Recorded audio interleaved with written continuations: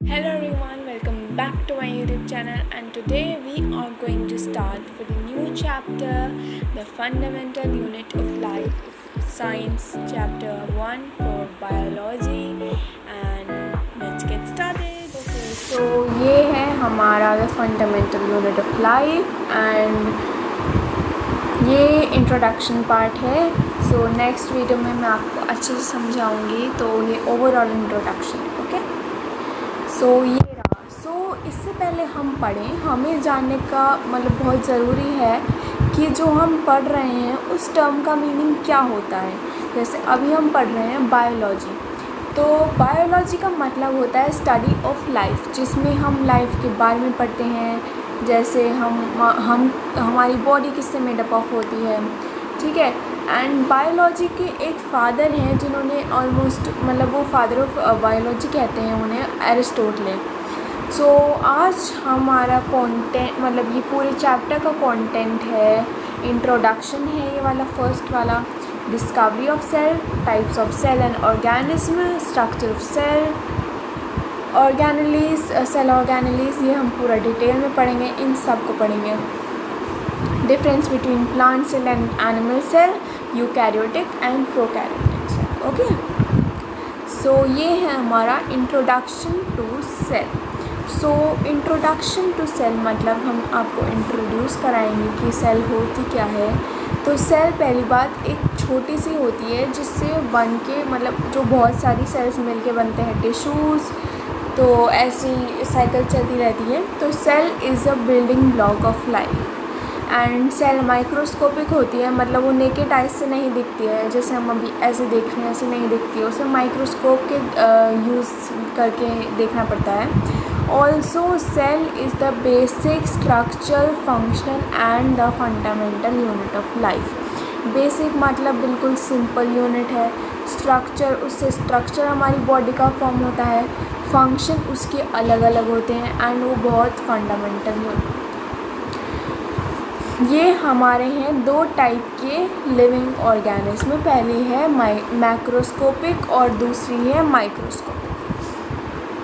तो पहले जो होता है मैक्रोस्कोपिक मतलब वो बहुत लार्ज होते हैं और हम उन्हें नेकेड आई से देख सकते हैं, जैसे सिंपल आई से, बिना किसी माइक्रोस्कोप यूज़ करे.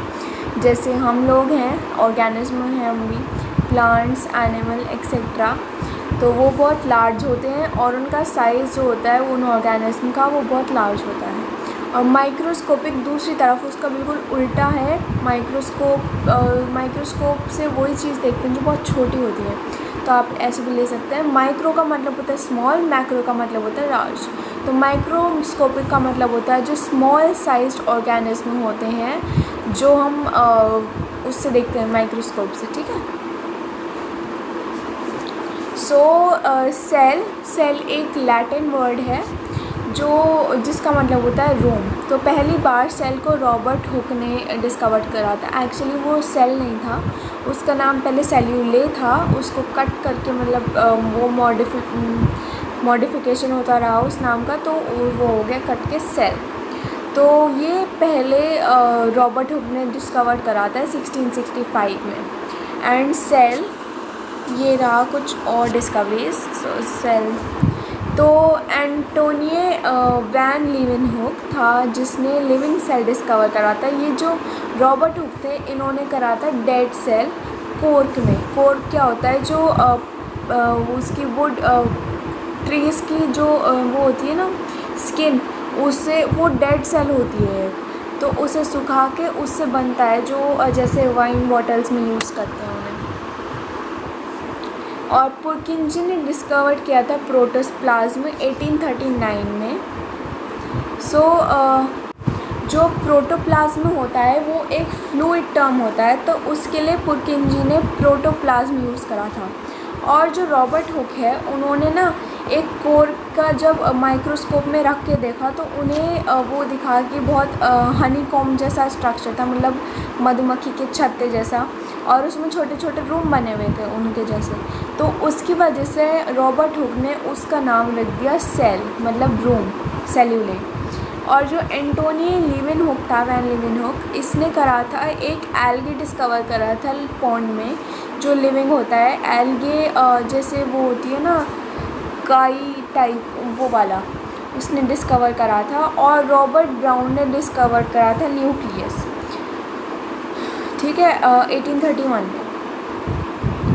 तो जो ये 1590 में पहला माइक्रोस्कोप इन्वेंट हुआ था। तो रॉबर्ट हुक और एंटोनी लीवनहुक के टाइम तक इतनी ज़्यादा एडवांस्ड टाइप के माइक्रोस्कोप नहीं थे, लेकिन जो पुरकिंजे और रॉबर्ट ब्राउन थे तो इनमें बहुत एडवांसमेंट आ गया था माइक्रोस्कोप में, तो इतना ज़्यादा अच्छे से हो नहीं पाया उनका डिस्कवरी।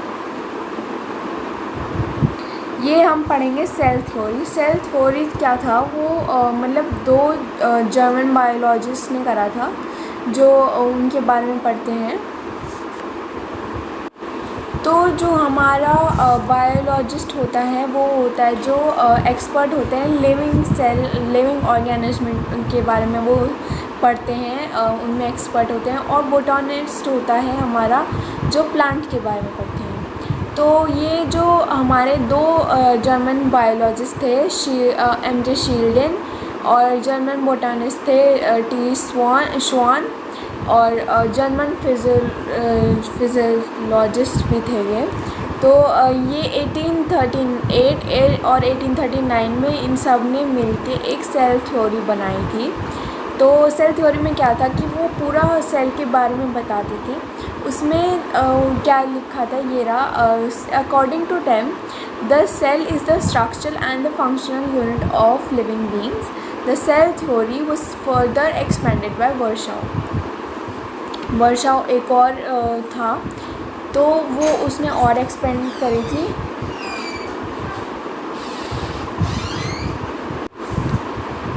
और इन लोगों ने बोला है कि उस सेल थ्योरी में बताया है कि जो सेल है वो एक स्ट्रक्चरल और फंक्शनल यूनिट है। मतलब जो सेल है वो हमारे बॉडी के स्ट्रक्चर को डिपेंड करता है, और उसके बहुत सारे फंक्शंस भी होते हैं। और ये है हमारा सेल थ्योरी के बारे में कि वो क्या बताता है। Cell theory states that the bodies of the living beings are made up of cells. तो इसमें है कि जो हमारी बॉडी है, लिविंग बीइंग्स, ये जो जीने वाले हैं, मतलब जो जीते हैं, जिनमें जान होती है, तो वो उनकी जो बॉडी है वो सेल से बनी है। और जो ऑर्गेनिज्म की एक्टिविटीज़ हैं वो उनका टोटल सम है एक्टिविटीज़ ऑफ द सेल। और जो ये भी बिलीव करते हैं कि जो सेल हैं वो प्री एग्जिस्टिंग सेल्स से डेवलप होती हैं। मतलब जो पहले से बनी हुई सेल होती हैं उनमें से एक और सेल बनेगी, फिर उसमें से एक और बनेगी, फिर उसमें से एक और बनेगी, तो ये ऐसे ऐसे होता जाएगा। Size and shape of cell, इसमें हम पढ़ेंगे साइज़ और शेप। तो जो साइज़ है वो नॉर्मल ह्यूमन साइज़, मतलब जो नॉर्मल सेल होती है ह्यूमन में वो होती है 20 मीटर टू 30 मीटर डायमीटर में, सर्कल टाइप होती है। और जो लार्जेस्ट सेल है एनिमल्स में वो है ऑस्ट्रिच का एग। आपने ऑस्ट्रिच का एग देखा होगा, वो सबसे लार्जेस्ट एग सेल है पूरा वर्ल्ड का। तो वो 15 सेंटीमीटर इन डायमीटर आता है एनिमल्स में। और प्लांट्स में होता है जाइलम सेल। तो इसको इतना डीप में जाने की ज़रूरत नहीं है, बस ऊपर ऊपर से पढ़ लीजिए।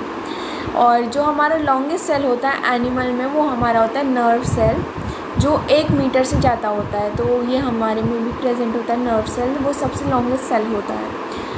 और जो प्लांट्स होता है उसमें होता है रेमीज फाइबर, ठीक है। और स्मॉलेस्ट सेल हमारा है PPLO, ये है 0.1 मीटर टू 0.5 मीटर। और जो शेप है सेल का वो डिपेंड करता है कि वो फंक्शन क्या बना रहा है, मतलब उसका फंक्शन क्या है। जैसे अमीबा है, अमीबा का क्या होता है कि उसका एक अलग से ही स्ट्रक्चर होता है। मैं आपको बना के दिखाती हूँ, 1 मिनट, अभी दिखाती हूँ। तो अमीबा हम कैसे भी ले सकते हैं, उसका कोई डिफाइंड स्ट्रक्चर नहीं होता है।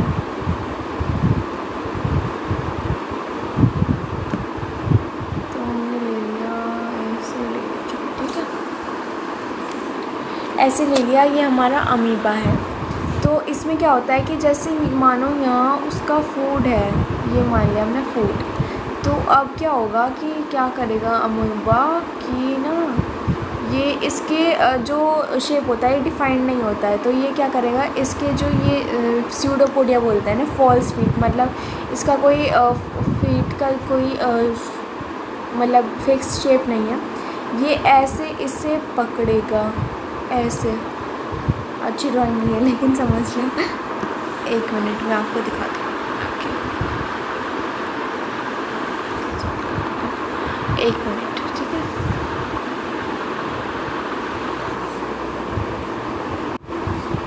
तो मैंने अब ये फ़ोटो निकाली है। तो इसमें क्या है कि जो ये देखो, ये इसका खाना है, ओके, और ये अमीबा है। एक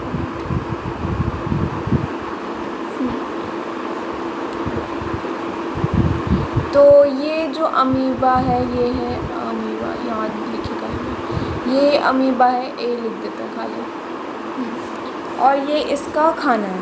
तो ये क्या करेगा, जो अपने फॉल्स फीट हैं फ्यूसोपोडिया, ये इसे ऐसे करेगा और इसे अंदर खींच लेगा अपने ऐसे, ठीक है, इसे कहते हैं इंजेक्शन, और इसे ऐसे खींच लेगा और फिर इसे डाइजेस्ट करके खा लेगा। तो इसका कोई डेफिनेट शेप नहीं होता है।